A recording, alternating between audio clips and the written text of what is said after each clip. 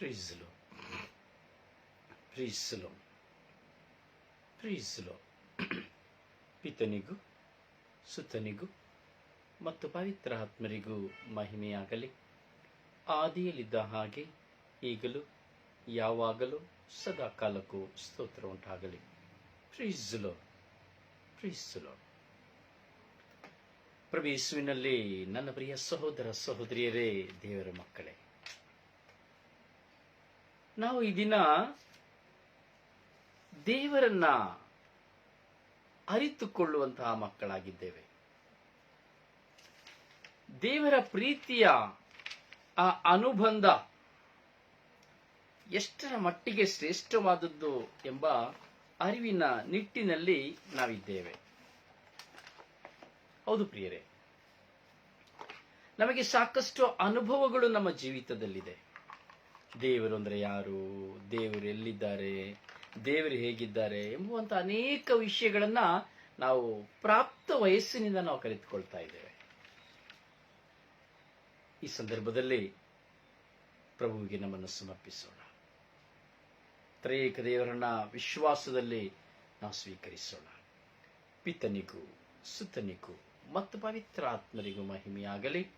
ಆದಿಯಲ್ಲಿದ್ದ ಹಾಗೆ ಈಗಲೂ ಯಾವಾಗಲೂ ಸದಾ ಕಾಲಕ್ಕೂ ಸ್ತೋತ್ರ ಉಂಟಾಗಲಿ. ಪ್ರೀಸಲು ಪ್ರೀಸಲು. ಪ್ರಭು ಯೇಸುವಿನಲ್ಲಿ ನನ್ನ ಪ್ರಿಯ ಸಹೋದರ ಸಹೋದರಿಯರೇ, ದೇವರ ಮಕ್ಕಳೇ, ದೇವರು ನಮ್ಮೊಡನೆ ವಾಸ ಮಾಡುತ್ತಾರೆ. ದೇವರು ನಮ್ಮೊಂದಿಗೆ ಇದ್ದಾರೆ. ನಾವು ಪವಿತ್ರ ಬಲಿಪೂಜೆಯಲ್ಲಿ ಭಾಗವಹಿಸುವಾಗ ನಾವು ಹೇಳುತ್ತೇವೆ, ಪ್ರಭು ನಿಮ್ಮೊಡನೆ ಇರಲಿ ಎಂಬುದಾಗಿ ಈ ದಿನಗಳಲ್ಲಿ. ಆದರೆ ಇಂದಿನ ದಿನಗಳಲ್ಲಿ 3 ವರ್ಷಗಳ ಹಿಂದೆ ಕರ್ತರು ನಿಮ್ಮೊಡನೆ ಇರಲಿ ಎಂಬುದಾಗಿ ನಾವು ಹೇಳ್ತಾ ಇದ್ದೆವು. ಪ್ರಿಯ, ಕರ್ತರು ಎಂದರೆ ದೇವರು. ಕರ್ತರು ಎಂದರೆ ದೇವರು. ಪ್ರಿಯ, ಈ ಬೈಬಲ್ನ ಶ್ರೀಪುಟಗಳನ್ನ ಬರೆಯುವಾಗ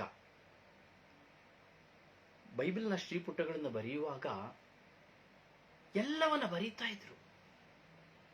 ಕರ್ತರು ಎಂದು ಬರೀಬೇಕಾದ್ರೆ ಇದು ಹಲವಾರು ವರ್ಷಗಳಿಂದ ನನಗೆ ತಿಳಿಸಿದಂತ ವಿಷಯ, ಅರಿತಂತ ವಿಷಯ. ಬೈಬಲ್ನ ಬರೀತಾ ಇದ್ರು, ಕರ್ತರು ಎಂಬ ಪದ ಅಲ್ಲಿ ಬರ್ತದೆ ಎಂಬುದಾದರೆ ಆ ಕ್ಷಣ ಅವರು ತಮ್ಮ ಕೈಯಲ್ಲಿರುವಂತಹ ಲೇಖನಿ ಕಡ್ಡಿಯನ್ನು ಕೆಳಗೆ ಇಟ್ಟು ಕೈಗಳನ್ನು ತೊಳೆದುಕೊಂಡು ತದನಂತರ ಅವರು ಬರೆಯುತ್ತಾ ಇದ್ದರು, ಕರ್ತರು.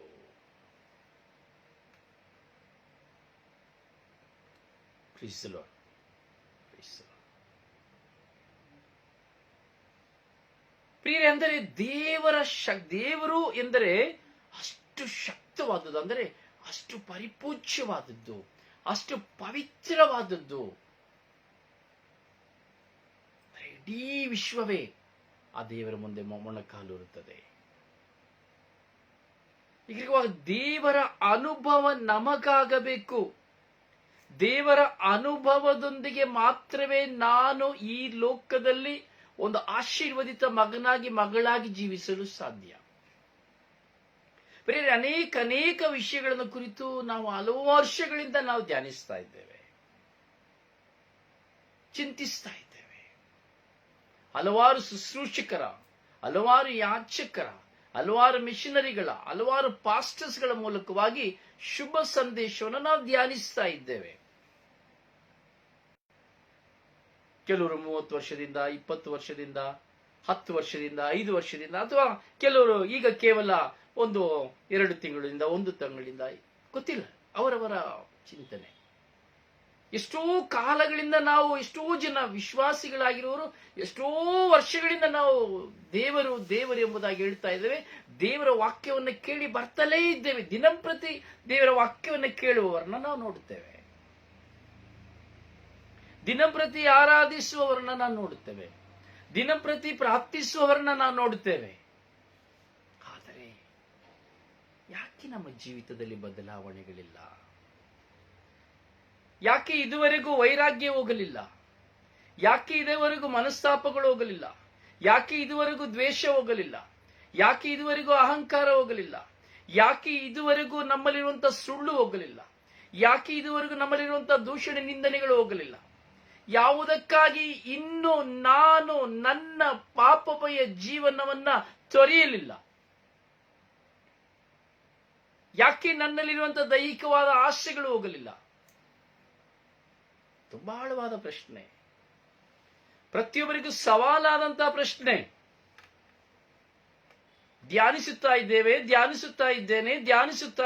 ಸಾರುತ್ತಾ ಇದ್ದೇನೆ, ಕೇಳುತ್ತಾ ಇದ್ದೇನೆ. ಆದರೆ ಇದುವರೆಗೂ ಯಾಕೆ ನಿನ್ನ ಜೀವಿತದಲ್ಲಿ ನನ್ನ ಜೀವಿತದಲ್ಲಿ ಬದಲಾವಣೆಗಳಾಗಲಿಲ್ಲ? ಯಾಕೆ ಬದಲಾವಣೆಗಳಾಗಲಿಲ್ಲ? ಈ ಪ್ರಶ್ನೆಗೆ ಉತ್ತರವನ್ನ ಕಂಡುಕೊಂಡರೆ ಮಾತ್ರವೇ ನೀನು ವಿಶ್ವಾಸಿ. ನೀವು ಹಲವಾರು ಶುಭ ಸಂದೇಶಗಳನ್ನ ಕೇಳಬಹುದು, ಎಲ್ಲವೂ ಶುಭ ಸಂದೇಶವೇ. ಆದರೆ ಅರ್ಥಗರ್ಭಿತವಾಗಿ ನಿನ್ನ ಹೃದಯವನ್ನು ಸೀಳುವಂತಹ ಶುಭ ಸಂದೇಶವನ್ನು ನೀನು ಯಾವಾಗ ಆಲಿಸುತ್ತೀಯಾ ಆಗ ಮಾತ್ರವೇ ನಿನ್ನ ಜೀವಿತದಲ್ಲಿ ಒಂದು ಬದಲಾವಣೆಯನ್ನು ಕಾಣಲು ಸಾಧ್ಯ. ಮನಮುಟ್ಟುವಂಥದ್ದನ್ನು ಮಾತ್ರ ಕೇವಲ ಕೈ ಜೋಡಿಸಿಕೊಂಡು, ಆರಾಧಿಸಿಕೊಂಡು, ಸ್ತುತಿಸಿಕೊಂಡು, ಡಿವೈನ್ ಮರ್ಸಿ ಹೇಳ್ಕೊಂಡು, ಅಡೋರೇಷನ್ ಅಲ್ಲಿ ಕೂತ್ಕೊಂಡು ಅಲ್ಲಿ ದೇವರ ಪ್ರಸನ್ನತೆಯನ್ನು ಅನುಭವಿಸಬಹುದು, ನಿಜ. ಪರಿವರ್ತನೆಯನ್ನು ಅನುಭವಿಸಬೇಕಾದರೆ ನನ್ನ ಹೃದಯವನ್ನು ಸೀಳುವ ವಾಕ್ಯವನ್ನ ನಾನು ಕೇಳುವಾಗ ಮಾತ್ರವೇ. ಅಯ್ಯೋ ಅದು ಕೇಳಲಿಕ್ಕೆ ಆಗುದಿಲ್ಲ, ಅಯ್ಯೋ ಅವರ ವಾಕ್ಯ ಕೇಳಲಿಕ್ಕೆ ಆಗುದಿಲ್ಲ, ಅಯ್ಯೋ ಅದು ಕೇಳಬೇಡ, ಅಯ್ಯೋಕೆ, ಯಾಕೆಂದ್ರೆ ಅದು ನಿನ್ನ ಹೃದಯವನ್ನು ಸೀಳುತ್ತಾ ಇದೆ. ದೇವರು ನನ್ನ ಮತ್ತು ನಿನ್ನ ಹೃದಯವನ್ನು ಸೀಳುವ ವಾಕ್ಯವನ್ನು ಕೊಡುವಾಗ ಒಂದು ಪಕ್ಷ ನಿನ್ನ ಹೃದಯವು ಸೀಳಲು ಪ್ರಾರಂಭಿಸಿತು ಎಂಬುದಾದರೆ, ನಿನ್ನ ಹೃದಯದಲ್ಲಿ ಒಂದು ಹೋರಾಟ ಪ್ರಾರಂಭವಾಯಿತು ಎಂಬುದಾದರೆ, ನಿನ್ನ ಹೃದಯದಲ್ಲಿ ಒಂದು ಸಮಾಧಾನದ ನೆಲೆ ಇಲ್ಲದೆ ನೀ ಕೇಳಿದಂತಹ ವಾಕ್ಯ ನಿನ್ನನ್ನ ಪದೇ ಪದೇ ಪದೇ ಪದೇ ನಿನ್ನ ಹೃದಯವನ್ನು ಚುಚ್ಚುತ್ತಾ ಇದೆ ಎಂಬುದಾದರೆ, ನಿನ್ನ ದೇವರು ನಿನ್ನನ್ನ ಪರಿವರ್ತನೆಗೆ ಯತ್ನಿಸುತ್ತಾ ಇದ್ದಾರೆ ಎಂಬುದಾಗಿ ಅರ್ಥ. ಅದಕ್ಕೆ ನೀನು ಕೋಆಪರೇಟ್ ಮಾಡಬೇಕು. ಅದಕ್ಕೆ ನಾನು ಸಹಕರಿಸಿದರೆ ಮಾತ್ರವೇ ನಾನು ಬದಲಾವಣೆಯಾಗಲು ಸಾಧ್ಯ, ದೇವರನ್ನ ಸ್ವಂತವಾಗಿಸಿಕೊಳ್ಳಲು ಸಾಧ್ಯ.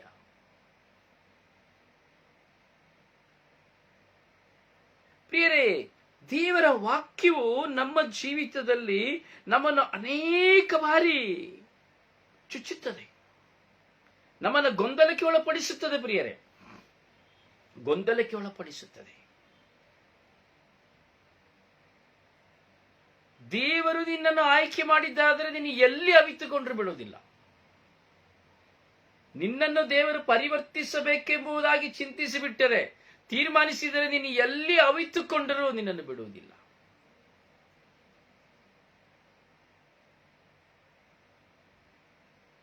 ಇಲ್ಲಿ ಎರಡು ಕಾರ್ಯಗಳನ್ನು ನಾವು ನೋಡಬೇಕು. ಒಂದು, ದೇವರನ್ನು ಅರಿತವನಾದ ನಾನು ದೇವರ ವಾಕ್ಯದ ನಿಮಿತ್ತವಾಗಿ ಸ್ವತಃ ನಾನು ಪಾಡಿದ ಪಾಪ ನನ್ನ ಜೀವನವನ್ನ ನಾನು ಚಿಂತಿಸಿ ನನ್ನ ತಪ್ಪುಗಳ ಅರಿವಿನ ಮೂಲಕವಾಗಿ ನಾನು ನಾನಾಗಿಯೇ ಪರಿವರ್ತನೆ ಹೊಂದಬೇಕು. ಇದು ವಿಶ್ವಾಸಿಯ ಪಾತ್ರ. ಅಥವಾ ದೇವರು ನಿನ್ನನ್ನು ಕರೆದಿದ್ದಾರೆ, ತನ್ನ ಸೇವೆಗಾಗಿ ಕರೆದಿದ್ದಾರೆ ಅಂದರೆ ನೀನು ಎಲ್ಲಿ ಅವಿತುಕೊಂಡರೂ ನಿನ್ನನ್ನು ಬಿಡುವುದಿಲ್ಲ. ಹೀಗೆ ಸ್ವತಃ ನಾನಾಗಿ ನಾನು ಪರಿವರ್ತನೆ ಹೊಂದುವಂತಹ ಕರೆ. ಎರಡನೇದು, ದೇವರು ಕರೆದಾತ ನಿನ್ನನ್ನು ಸುಮ್ಮನೆ ಬಿಡದಂತಹ ಎರಡನೆಯ ಕರೆ. ಪ್ರಿಯ ಸಹೋದರನೇ, ಸಹೋದರಿಯೇ, ನಮ್ಮ ಜೀವಿತದಲ್ಲಿ ಅನೇಕ ಅನುಭವಗಳನ್ನ ನಾವು ನೋಡ್ತಾ ಇದ್ದೇವೆ. ಬೈಬಲ್ನ ಶ್ರೀ ಪುಟವನ್ನ ನಾವು ತಿರುಗಿಸಿ ನೋಡುವಾಗ ದೇವರ ಆರಿಸಿಕೊಂಡಂತಹ ವ್ಯಕ್ತಿಗಳು, ಸ್ವತಃ ಪರಿವರ್ತನೆ ಹೊಂದಿದಂತಹ ವ್ಯಕ್ತಿಗಳನ್ನ ನಾವು ನೋಡುತ್ತೇವೆ. ನೋಡಿ, ಮಗ್ದಲದ ಮರಿಯಳಿದ್ದಳು ಅಲ್ಲಲ್ವಾ, ಯೇಸುವನ್ನು ಹಿಂಬಾಲಿಸಿದಂತಹ 7 ದೆವ್ವಗಳಿಂದ ಪೀಡಿತಳಾದವಳು. ಹಾಗೆ ತಾನಾಗಿಯೇ ಪರಿವರ್ತನೆ ಹೊಂದಿದವಳು. ತನ್ನ ತಪ್ಪು ಅವಳಿಗೆ ಅರಿವಾಯಿತು. ಯಾಕೆಂದರೆ ದೇವರ ವಾಕ್ಯವಾಗಿ ಪ್ರಭು ಯೇಸುವನ್ನು ಸಂಧಿಸಿದ ತಕ್ಷಣ, ಪ್ರಭು ಯೇಸುವನ್ನು ನೋಡಿದ ತಕ್ಷಣ, ಅವರ ವಾಕ್ಯಗಳನ್ನು ಆಲಿಸಿದ ತಕ್ಷಣ ಅವಳು ತಾನಾಗಿಯೇ ಪರಿವರ್ತನೆ ಹೊಂದಿದಳು.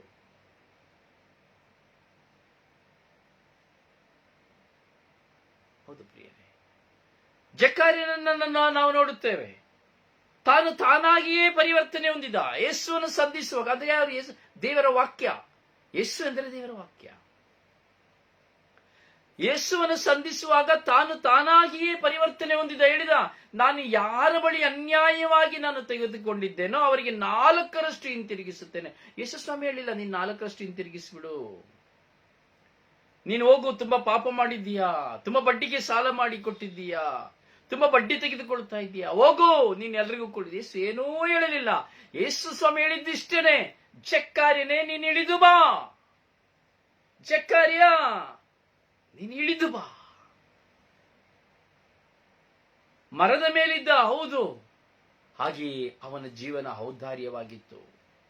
ಆ ಔದಾರ್ಯದ ಜೀವಿತದಿಂದ ಯೇಸು ಹೇಳಿದ್ರು, ನೀನು ಇಳಿದು ಬಾ, ನೀನೆಲ್ಲವನ್ನು ಬಿಟ್ಟು ಇಳಿದು ಬಾ, ನನ್ನಲ್ಲಿ ಬಾ. ಒಂದೇ ಪದ, ನೀನು ಇಳಿದು ಬಾ. ಹೇಳಿದ ಒಂದೇ ಮಾತಿನಲ್ಲಿ ಜಕ್ಕಾರಿ ಹೇಳಿದ್ದು, ನಾನು ಯಾರಲ್ಲಿ ಅನ್ಯಾಯವಾಗಿ ಪಡೆದುಕೊಂಡಿದ್ದೇನೋ ಅವರಿಗೆ 4ರಷ್ಟು ಹಿಂತಿರುಗಿಸಿಕೊಳ್ತೇನೆ. ಪ್ರಿಯರೇ, ಈ ಒಂದು ವಿಷಯವನ್ನು ನೀವು ಚಿಂತಿಸಬೇಕಾದ್ರೆ ತುಂಬಾ ದೀರ್ಘವಾಗಿ ಆಲೋಚಿಸಬೇಕು. ಈ ಜಕ್ಕಾರಿ ಎಷ್ಟು ಜನರಿಗೆ 4 ಪಟ್ಟು ಕೊಟ್ಟಿರಬಹುದು? ಕೊಟ್ಟಿದ್ದಾರೆ. ಜಕ್ಕಾರಿಯನ್ನು ಸಂತನಾದನು, ಜಕ್ಕಾರಿಯ ಸಂತನಾದ. ಜಕ್ಕಾರಿನ ಹೆಂಡತಿ ಸಂತಳಾದರು.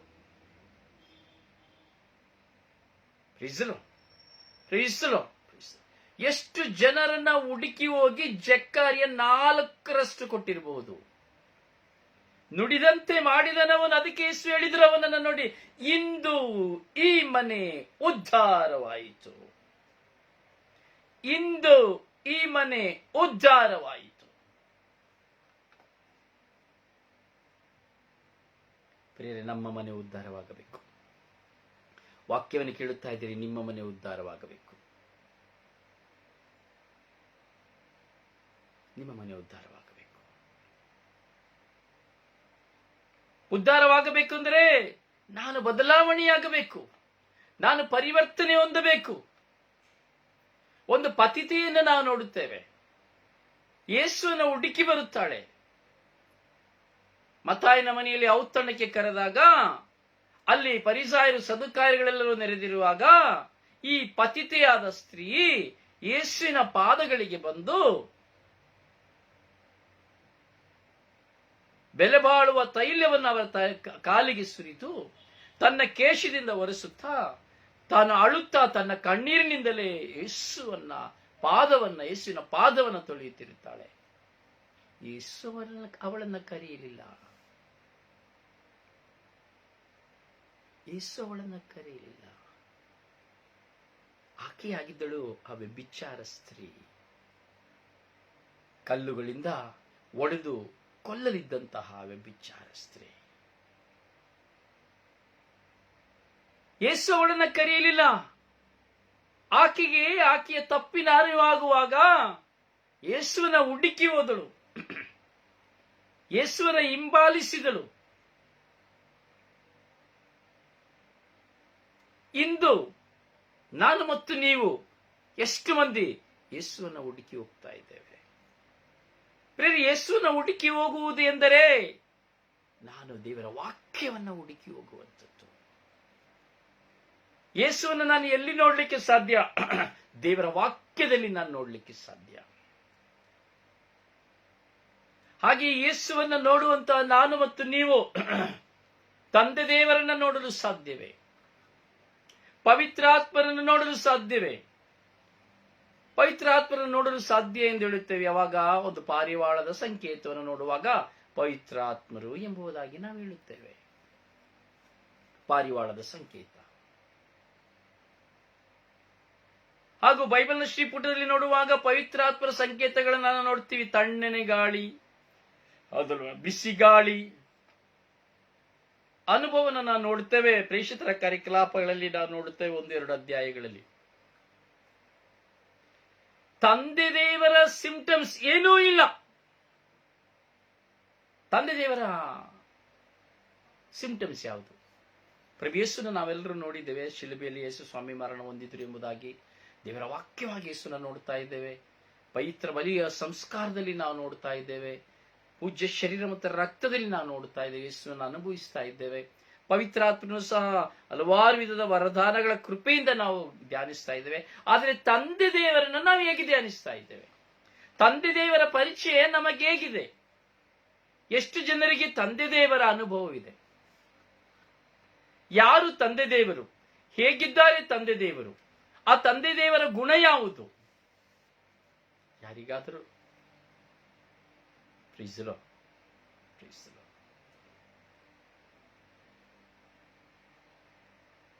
ಪ್ರಿಯರೇ, ತಂದೆ ದೇವರು ಯಾರು ಎಂಬುದರಾದರೆ ಒಂದೇ ಪದದಲ್ಲಿ ಹೇಳುವುದಾದರೆ ಗಾಡ್ ಈಸ್ ಲವ್.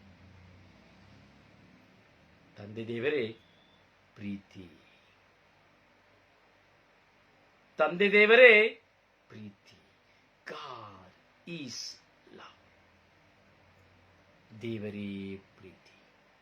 ಆ ದೇವರ ಹೆಸರು ಪ್ರೀತಿ.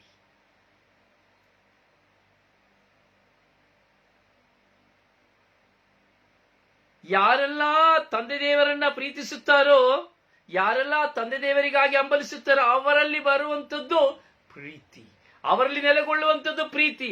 ನಿನಗೆ ಏನು ಮಾಡಿದರು, ಏನೇ ನಡೆದರು, ಎಂಥ ಕಾರ್ಯ ನಡೆದರೂ ಅವರ ಹೃದಯದಲ್ಲಿ ಬರುವುದು ಪ್ರೀತಿ ಮಾತ್ರವೇ. ನಿನ್ನಲ್ಲಿ ತಂದೆ ದೇವರ ಅನುಭವ ಇದೆ ಎಂಬುದಾದರೆ ನಿನ್ನಲ್ಲಿ ಪ್ರೀತಿ ಇರ್ತದೆ. ಅಲ್ಲಿ ಕಲ್ಮಶವೇ ಇರುವುದಿಲ್ಲ. ಯಾರ ಮೇಲೂ ನಿನಗೆ ಹಗೆತನ ಬರುವುದಿಲ್ಲ. ನಿನ್ನನ್ನು ಎಂತ ದ್ರೋಹ ಮಾಡಿದರು, ಎಂತ ನಿನ್ನ ಎಷ್ಟೇ ನಿನ್ನ ಉಪದ್ರವ ಮಾಡಿದರು, ನಿನ್ನ ಕೊಲೆ ಮಾಡಲು ಬಂದಿದ್ದರು ಸಹ ನಿನ್ನಲ್ಲಿ ವೈರಾಗ್ಯವೆಂಬುದು ಬರುವುದಿಲ್ಲ. ಕಾರಣ ತಂದೆ ದೇವರು ನಿನ್ನೊಡನಿದ್ದಾರೆ. ತಂದೆ ದೇವರ ಪ್ರೀತಿ ನಿನ್ನೊಳಗೆ ಇದೆ. ಸತ್ಯ ಪ್ರಿಯರದು, ಸತ್ಯವಾದದ್ದು. ನೋಡಿ, ಇವತ್ತಿನ ಶುಭ ಸಂದೇಶವನ್ನು ನಾವು ಧ್ಯಾನಿಸೋದಾದ್ರೆ, ಇವತ್ತಿನ ಶುಭ ಸಂದೇಶದಲ್ಲಿಯೂ ಸಹ ನಾವು ಚಿಂತಿಸೋದಾದ್ರೆ ಅನುಭವಗಳನ್ನ ನಾವು ನೋಡಬಹುದು.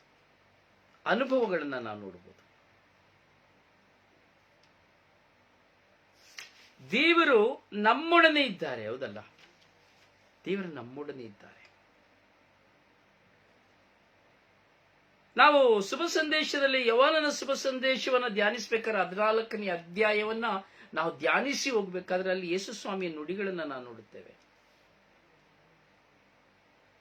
ಅಲ್ಲಿ ಯೇಸು ಸ್ವಾಮಿ ಹೇಳ್ತಾರೆ, ಮಾರ್ಗನು ಸತ್ಯ ಜೀವ ನಾನೇ ಎಂಬುದಾಗಿ ಹೇಳ್ತಾರೆ. ಮಾರ್ಗ ಸತ್ಯ ಜೀವ ನಾನೇ, ನನ್ನ ಮುಖಾಂತರವಾಗಿ ಬಾರದ ಹೊರತು ಪಿತನ ಬಳಿ ಬರಲಾರರು. ಯಾರು ಪಿತನ ಬಳಿ ಬರಲಾರರು? ಯೇಸುವಿನ ಮುಖಾಂತರವೇ ನಾನು ಹೋಗಬೇಕೆಂಬುದಾಗಿ ಯೇಸು ಸ್ವಾಮಿ ಹೇಳ್ತಾ ಇದ್ದಾರೆ. ಅಲ್ಲಿ ಯೇಸು ಸ್ವಾಮಿ ಗೌಪ್ಯವಾಗಿ ಹೇಳುತ್ತಾ ಇದ್ದಾರೆ, ವಾಕ್ಯದಲ್ಲಿ ಗೌಪ್ಯವಾಗಿ ಮಾತನಾಡುತ್ತಾ ಇದ್ದಾರೆ. 6ರಿಂದ 14 ವಾಕ್ಯವನ್ನು ತೆಗೆದುಕೊಳ್ಳಬೇಕಾದ್ರೆ, ನೀವು ನನ್ನನ್ನು ಅರಿತವರಾಗಿದ್ದರೆ ನನ್ನ ಪಿತನನ್ನು ಕೂಡ ಅರಿಯುತ್ತಿದ್ದೀರಿ ಹಾಗೂ ಕಂಡುಕೊಳ್ಳುತ್ತಿದ್ದೀರಿ, ಕಂಡು ಇದ್ದೀರಿ. ನನ್ನನ್ನ ನೀವು ಅರ್ಥ ಮಾಡಿಕೊಂಡ್ರೆ ನನ್ನ ತಂದೆಯನ್ನು ಅರ್ಥ ಮಾಡ್ಕೊಳ್ತೀರಿ. ಪ್ರಿಯ, ನಾವು ಈಗ ಯೇಸುವನ್ನು ಯಾವಾಗ ಹೆಚ್ಚು ಹೆಚ್ಚು ಪ್ರೀತಿಸಲಿಕ್ಕೆ ಶುರು ಮಾಡ್ತೇವೋ, ಯಾವಾಗ ಯೇಸುವೇ ನನ್ನ ಜೀವ, ಯೇಸುವೇ ನನ್ನ ಸತ್ಯ, ಯೇಸುವೇ ನನಗೆ ಸಕಲವು, ಯೇಸುವೇ ನನ್ನ ರಕ್ಷಕ ಎಂಬುದಾಗಿ ಯೇಸುವಿನಲ್ಲಿ ನನ್ನ ಆಳವಾದ ವಿಶ್ವಾಸಕ್ಕೆ ಹೋಗುತ್ತೇನೋ, ಆಗ ತಂದೆ ದೇವರ ಪ್ರೀತಿ ನಮ್ಮಲ್ಲಿ ಉಲ್ಪಣವಾಗುತ್ತದೆ.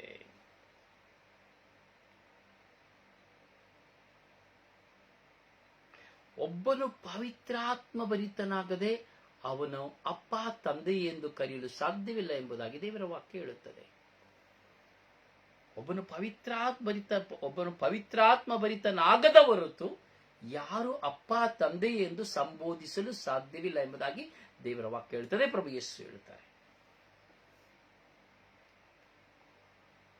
ಹೌದು ನನ್ನ ಸಹೋದರ ಸಹೋದರಿ,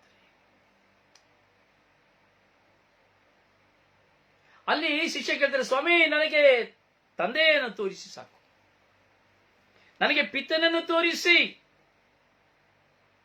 ಶಿಷ್ಯರು ಕೇಳ್ತಾರೆ, ಯೇಸು ಸ್ವಾಮಿನ ಕೇಳ್ತಾರೆ, ನಮಗೆ ಪಿತನನ್ನು ತೋರಿಸಿ ಸ್ವಾಮಿ. ಯಾವಾಗಲೂ ಪಿತಾ ಪಿತಾ ಪಿತಾ ಅಂತ ಹೇಳ್ತಾ ಇರ್ತೀರಿ, ಯಾವಾಗಲೂ ಪಿತನ ಹೆಸರಿನಲ್ಲಿ ಅಂತ ಹೇಳ್ತಾ ಇರ್ತೀರಿ, ಯಾವಾಗಲೂ ನೀವು ಪ್ರಾರ್ಥನೆ ಮಾಡ್ತಾ ಇರ್ತೀರಿ ಪಿತನಲ್ಲಿ. ಹೀಗಿರುವಾಗ ನಮಗೂ ಸಹ ಪಿತನನ್ನ ತೋರಿಸಿ ಕೇಳಿಕೊಳ್ಳುತ್ತಾರೆ. ನಮಗೂ ಪಿತನನ್ನ ತೋರಿಸಿ.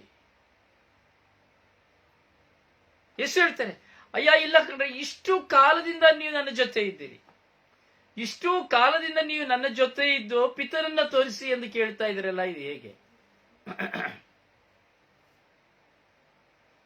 ಸತ್ಯದ ಗೂಢಾರ್ಥ.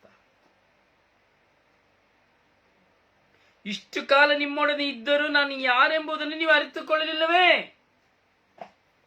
ಇಷ್ಟು ಕಾಲ ನಿಮ್ ಜೊತೆ ಇನ್ನೂ ನಾನು ಯಾರದ್ದು ಅರ್ಥ ಅದೇ ಹೇಳಿದ್ದು, ಪ್ರಭು ಯೇಸುವನ್ನ ಸಂಪೂರ್ಣವಾಗಿ ನಾನು ಅನುಭವಿಸುವುದಾದರೆ ನಾನು ಪಿತನನ್ನು ಕಂಡುಕೊಳ್ಳುತ್ತೇನೆ, ನಾನು ಪಿತನನ್ನು ಅರಿಯುತ್ತೇನೆ. ಏಕೆಂದರೆ ಪಿತನೋ ಪುತ್ರನೊಡನೆ ಇದ್ದಾನೆ, ಪುತ್ರನೋ ಪಿತನೊಡನೆ ಇದ್ದಾರೆ, ಪುತ್ರನೇ ಪಿತನಾಗಿದ್ದಾನೆ, ಪಿತನೇ ಪುತ್ರರಾಗಿದ್ದಾರೆ. ತುಂಬಾ ಆಳವಾದ ಚಿಂತನೆ. ಫಿಲಿಪ್ಪನ ಮಾತಿಗೆ ಸದುತ್ತರವನ್ನು ಕೊಡ್ತಾ ಇದ್ದಾರೆ ದೇವರು. ನನ್ನನ್ನು ನೋಡಿದಾತನು ಪಿತನನ್ನೇ ನೋಡಿದಾತನಾಗಿದ್ದಾನೆ. ಯಾರು ನನ್ನನ್ನು ನೋಡ್ತಾರೋ ಪಿತನನ್ನೇ ನೋಡ್ತಾರೆ. ಅಂದ್ರೆ ಇಲ್ಲಿ ಯೇಸು ಏನ್ ಹೇಳ್ತಾ ಇದ್ದಾರೆ? ನಾನೇ ಆಮ್ ದಿ ಗಾಡ್. ಇಂಡೈರೆಕ್ಟ್ ಆಗಿ ಯೇಸು ಸ್ವಾಮಿ ಮಾತನಾಡ್ತಾ ಇದ್ದಾರೆ. ಇಂಡೈರೆಕ್ಟ್ ಆಗಿ ಯೇಸು ಸ್ವಾಮಿ ಮಾತನಾಡ್ತಾ ಇದ್ದಾರೆ. ಯೇಸು ಹೇಳ್ತಾರೆ, ನಾನು ಪಿತನಲ್ಲಿದ್ದೇನೆ, ಪಿತನ ನನ್ನಲ್ಲಿದ್ದಾರೆ.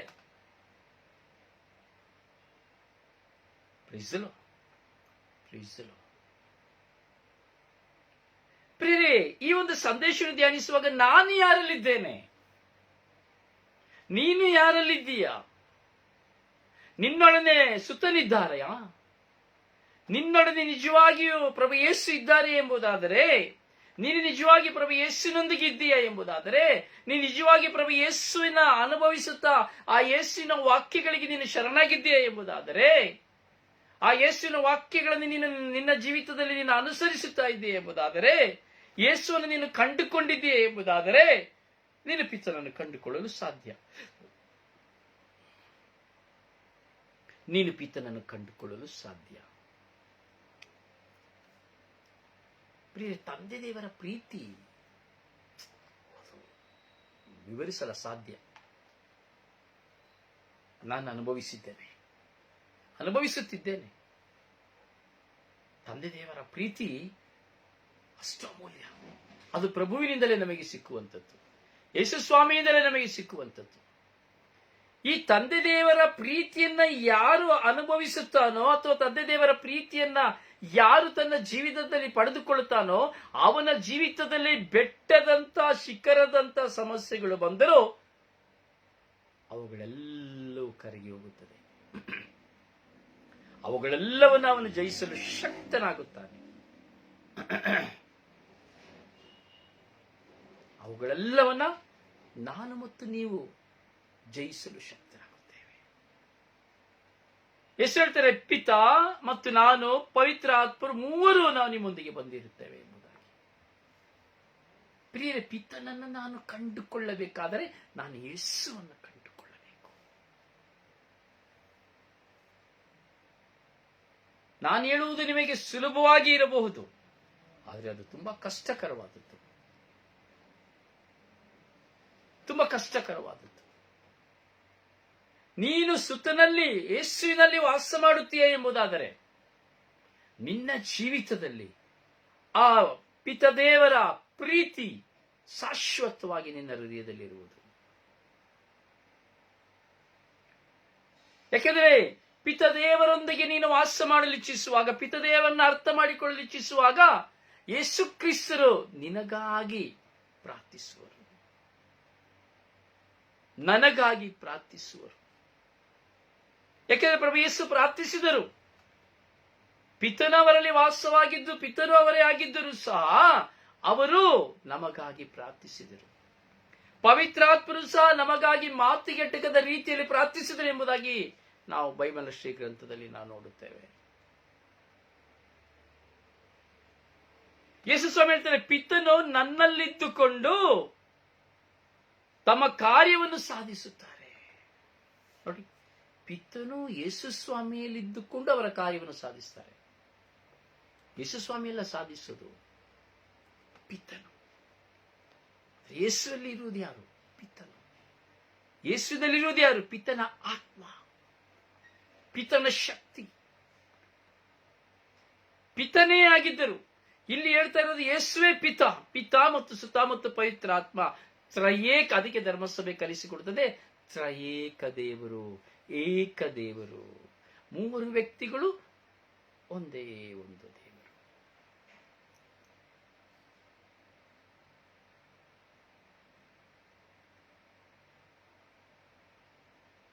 ಅದಕ್ಕೆ ಸ್ವಾಮಿ ಹೇಳ್ತಾರೆ, ನನ್ನಲ್ಲಿ ವಿಶ್ವಾಸವಿಡುವವನು ನಾನು ಸಾಧಿಸಿದೆಲ್ಲವನ್ನು ಸಾಧಿಸುವನು.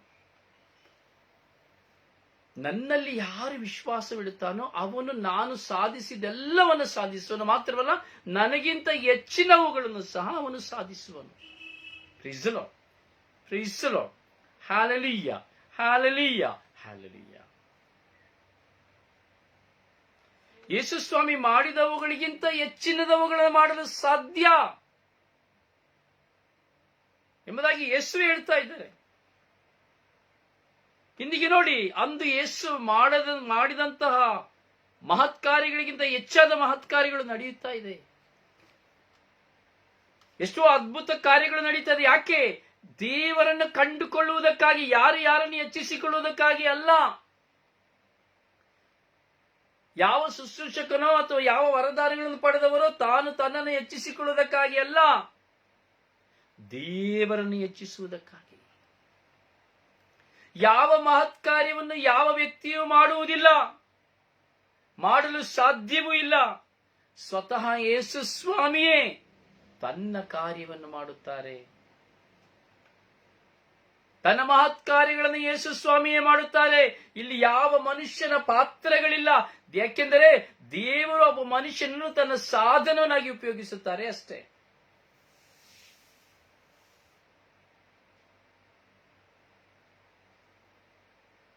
ಪ್ರಿಯರೇ, ನಾವು ಪಿತನನ್ನ ಕಂಡುಕೊಳ್ಳಬೇಕು. ಪಿತ ದೇವರನ್ನ ನಾನು ಕಂಡುಕೊಳ್ಳಲು ಯತ್ನಿಸಬೇಕೆಂದ್ರೆ ಅಷ್ಟು ಸುಲಭ ಎಂದು ತಿಳಿದುಕೊಳ್ಳಬೇಡಿ. ನೇರವಾಗಿ ಪಿತ ದೇವರನ್ನ ಕಂಡುಕೊಳ್ಳಲಿಕ್ಕೆ ಕಷ್ಟ. ಯೇಸುವಿನ ಮೂಲಕವಾಗಿ ನಾವು ಕಂಡುಕೊಳ್ಳಬೇಕು. ತಾಯಿ ಮಾತೆಯ ಮೂಲಕವಾಗಿ ನಾವು ಕಂಡುಕೊಳ್ಳಬೇಕು. ಪಿತಾಮಹ ಪ್ರವಾದಿಗಳ ಮೂಲಕವಾಗಿ ನಾವು ಕಂಡುಕೊಳ್ಳಬೇಕು. ವಿಶ್ವಾಸದ ತಂದೆ ಅಬ್ರಹಾಮನ ಮೂಲಕವಾಗಿ ನಾವು ಕಂಡುಕೊಳ್ಳಬೇಕು. ಹಳೆಯ ಒಡಂಬಡಿಕೆಯ ಮೂಲಕವಾಗಿ ನಾವು ಪಿತದೇವರನ್ನು ಕಂಡುಕೊಳ್ಳಬೇಕು. ಪಿತದೇವರು ಯಾರು, ಅವರ ಕಾರ್ಯ, ಅವರ ಶಕ್ತಿಯುತವಾದಂತಹ ಕ್ರಿಯೆಗಳೇನೆಂಬುದನ್ನ ನಾವು ಹಳೆಯ ಒಡಂಬಡಿಕೆಯಲ್ಲಿ ನಾವು ನೋಡುತ್ತೇವೆ.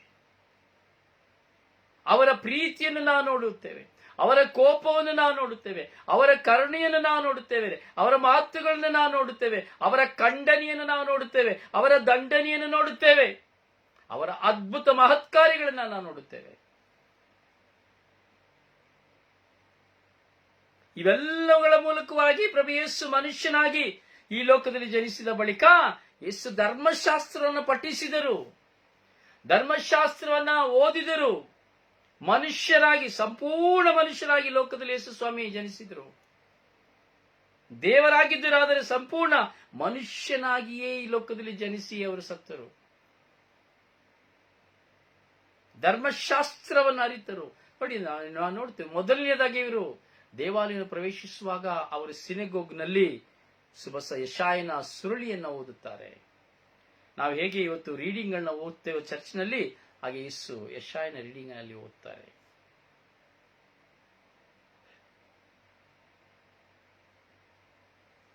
ನೋಡಿ, ಅಲ್ಲಿ ಯೇಸು ಸ್ವಾಮಿ ಓದಿದಂತಹ ಮಾತೇ ಒಂದು ಶಕ್ತಿಯುತವಾಗಿತ್ತು. ಯೆಶಾಯನ ಬರೆದಂತ ಅದೇ ಮಾತುಗಳನ್ನ ಪ್ರಭು ಯೇಸು ಓದ್ತಾ ಇದ್ದಾರೆ. ದೇವರಾತ್ಮವು ನನ್ನ ಮೇಲಿದೆ, ಅವರು ಶುಭ ಸಂದೇಶವನ್ನು ಸಾರಲೆಂದು ನನ್ನನ್ನು ಕರೆದಿದ್ದಾರೆ. ದೀನರಿಗೂ ಕುರುಡರಿಗೂ ಆಶಾಕಿರಣವಾಗಿ ಕರೆದಿದ್ದಾರೆ. ಪಾಪಿಗಳಿಗೆ ಬಿಡುಗಡೆಯನ್ನು ಕೊಡುವುದಕ್ಕಾಗಿ ಕರೆದಿದ್ದಾರೆ ಎಂಬುದಾಗಿ ಪವಿತ್ರಾತ್ಮ ಪ್ರೇರಣೆಯಿಂದ ಆ ಯೆಶಾಯನ ಗ್ರಂಥದ ವಾಚನಗಳನ್ನ ಪೂರ್ತಿಗೊಳಿಸುವುದಕ್ಕಾಗಿ ಪ್ರಭು ಯೇಸು ಅಂದು ಜನಸಮೂಹದ ಮುಂದೆ ದೇವರ ವಾಕ್ಯವನ್ನ ಓದುತ್ತಾರೆ. ಪ್ರಿಯರೇ, ನಾವು ಸಹ ದೇವರ ವಾಕ್ಯನ ಓದುತ್ತಾ ಇದ್ದೇವೆ. ಆದರೆ ನಾವು ದೇವರ ವಾಕ್ಯನ ಓದುವಂತ ನಮ್ಮ ಜೀವಿತದಲ್ಲಿ ಯಾವ ಅನುಭವ ಆಗ್ತಾ ಇದೆ? ಎಷ್ಟೋ ದೇವರ ವಾಕ್ಯಗಳನ್ನ ನಾವು ಓದ್ತಾ ಇದ್ದೇವೆ, ಕೇಳ್ತಾ ಇದ್ದೇವೆ, ಆದರೆ ಯಾವ ವಿಧದಲ್ಲಿ ನಮಗೆ ಅನುಭವ ಆಗ್ತಾ ಇದೆ? ಇವತ್ತು ನಮಗೆ ಬರೀ ಅನುಭವ ಆಗ್ತಾ ಇರೋದು ಕೈ ಚಪ್ಪಾಳೆ ತಟ್ಟಿ ಅಥವಾ ಆರಾಧನೆ ಮಾಡಿ ಸ್ತುತಿ ಮಾಡಿ ಮುಗೀತು, ಅಷ್ಟರಲ್ಲೇ ನಾವು ಮುಗಿಸ್ಕೊಂಡು ಬಿಡ್ತಾ ಇದ್ದೇವೆ. ಅಲ್ಲೇ ಸೈತಾನ ನಮ್ಮನ್ನು ಮರಳು ಮಾಡಿಬಿಡ್ತಾನೆ, ಬೇರೆ ಎಲ್ಲಿಗೂ ಕರ್ಕೊಂಡು ಹೋಗ್ತಾ ಇಲ್ಲ.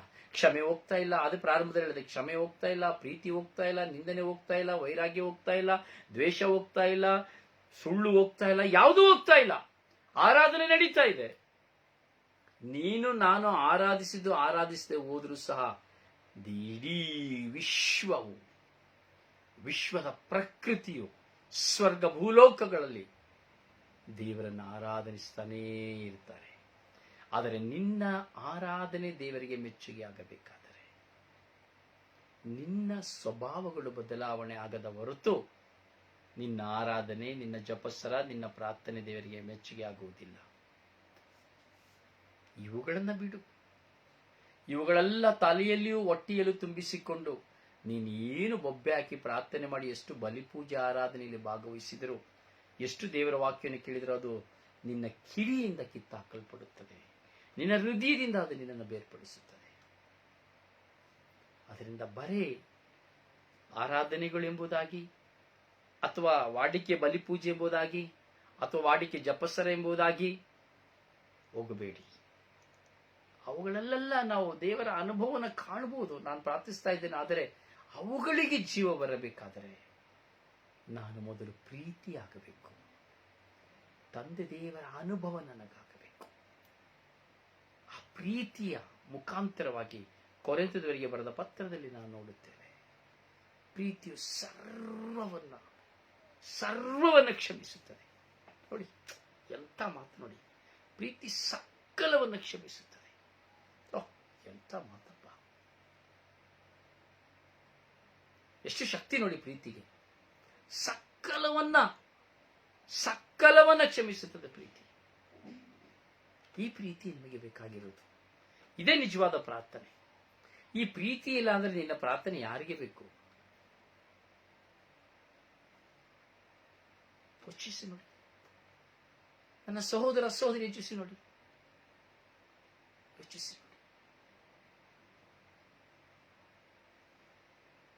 ಪ್ರೀತಿಯು ಸಕಲವನ್ನು ಮರೆಯುತ್ತದೆ, ಕ್ಷಮಿಸುತ್ತದೆ. ದೇವರ ವಾಕ್ಯ ಹೇಳ್ತಾ ಇದೆ, ನೀನು ಪ್ರೀತಿಸ್ತೀನಿ ಅಂತ ಹೇಳ್ತಾ ಇದ್ದೀಯಾ, ನಾನು ಸಹ ಪ್ರೀತಿಸ್ತೀನಿ ಅಂತ ಹೇಳ್ತಾ ಇದ್ದೇವೆ. ಎಷ್ಟು ಜನರ ಮೇಲೆ, ಎಷ್ಟು ವಿಷಯದಲ್ಲಿ ನಮಗೆ ವೈರಾಗ್ಯ, ಮನಸ್ತಾಪ, ಸೇಡು ಮತ್ಸರಗಳು, ಕೆಟ್ಟತನಗಳು, ಸುಳ್ಳು. ಆಳವಾಗಿ ಚಿಂತಿಸಿ. ದೇವರ ವಾಕ್ಯ ಕೇವಲ ಒಂದು ಶಬ್ದವಲ್ಲ, ಶಕ್ತಿ. ಪ್ರೀತಿ ಬಾಯಿಯಲ್ಲಿದ್ದರೆ ಏನು ಪ್ರಯೋಜನ ಇಲ್ಲ. ನಿನ್ನನ್ನು ಪ್ರೀತಿಸಿದಂತೆಯೇ ಪರರನ್ನು ಪ್ರೀತಿಸು ಅಂತ ಹೇಳಿದ್ದಾರೆ ದೇವಸ್ವಾಮಿ. ಇವತ್ತು ನೋಡಿ, ಕುಟುಂಬದಲ್ಲಿ ಹೆಂಡತಿಗೆ ಗಂಡನ ಪ್ರೀತಿ ಇರುವುದಿಲ್ಲ, ಸ್ವಾರ್ಥಿಯಾಗಿ ಜೀವಿಸ್ತಾಳೆ. ಗಂಡನಿಗೆ ಹೆಂಡತಿಯ ಪ್ರೀತಿ ಇರುವುದಿಲ್ಲ, ಸ್ವಾರ್ಥಿಯಾಗಿ ಪ್ರೀತಿಸ್ತಾರೆ. ಎಷ್ಟೇ ವಿಶ್ವಾಸಿ ಎಂದು ಹೇಳಿದ್ರು ಕಳ್ಳ ವಿಶ್ವಾಸಿಗಳಾಗಿ ಜೀವಿಸುವುದನ್ನು ನಾವು ನೋಡುತ್ತೇವೆ. ಪ್ರಿಯರೇ, ನಾವು ದೇವರನ್ನು ಕಂಡುಕೊಳ್ಳಬೇಕು.